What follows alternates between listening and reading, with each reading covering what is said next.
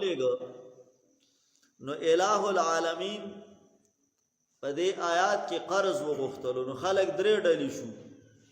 یو ډله یهودیان دی، هغه اعتراض کړو چې الله زمونږ نه قرض غواړي، نو پته لګي چې الله غریب شو. ځکه قرض چې څوک غواړي نو د مجبورۍ د وجې نه غواړي، که نه داسې ده سړی مجبوری نو ځکه قرض کوي. د مستۍ نه خو ډېر کم کوس خلک قرض کوي.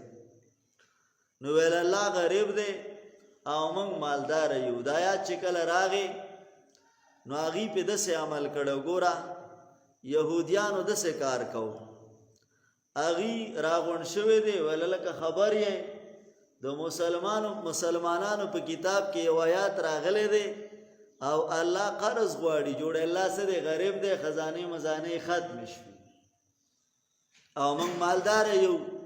ځکه قرض چې غواړي نو غریب غواړي، نو د مالدارۍ نه غواړي. صحیح ده.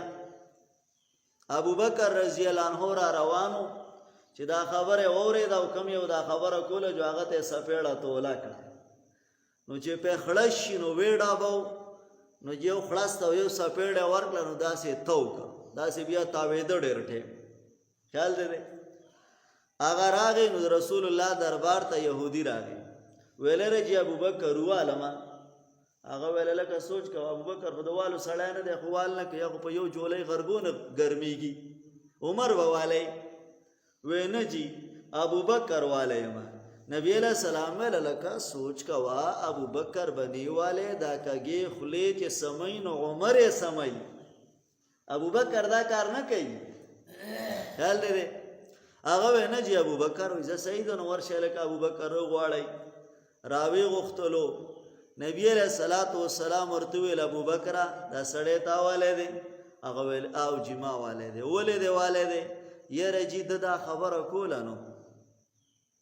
هغه ته ویل لکه څه چل دی؟ وی نه جی اسې بیسې ووالم، اسې بیسې والی یم.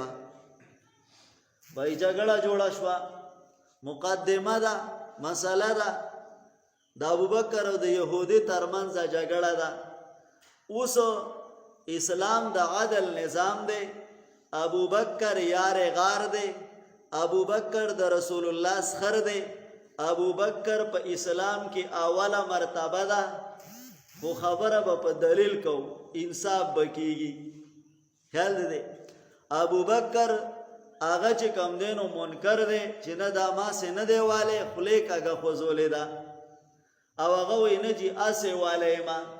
هغه ته وی ګواهان پیش کا، ابوبکر ته وی ګواهان پیش کا. ابوبکر ویل یاره جي هلته څوک ګواهان؟ هلته خو دا ټول مرداران ناستو، نو دا خو زما لپاره ګواهي نه کوي.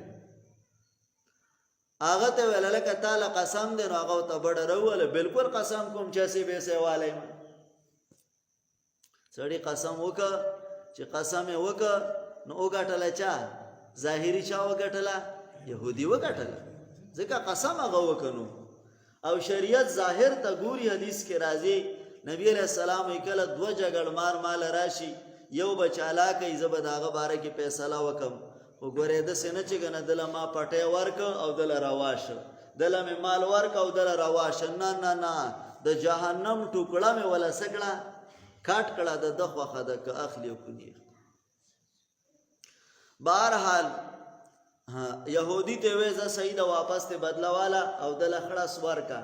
هغه ورته ښه لاس تاو که داسې او ښه سنتاو شه که نه چې زه به خپله غوسه سړه کړم. نو چې لاس یې راچو نبي علیہ السلام یې صبر هلکه. جبریل راغی.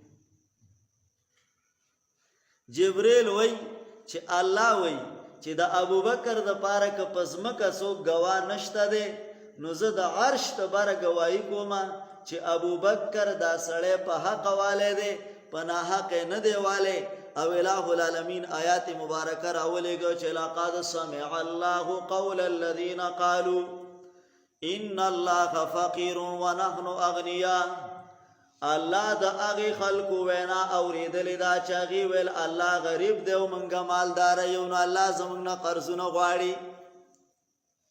ټیک شو. نو یو قسم خلک دغه شه چاغې چې کم دی نو د دې آیات باره کې دا وویل چې الله غریب دی او موږ مالدار یو الله یې زموږ نه غواړي. دویم قسم خلق هغه شو چې کله دا آیات راغی چې الله له قرض ورکوي نو هغې بخل اختیار که بخیلان شو هېڅ یې ونه ویل خو مال یې ونه لګو. صحیح ده که نه؟ لکه دریم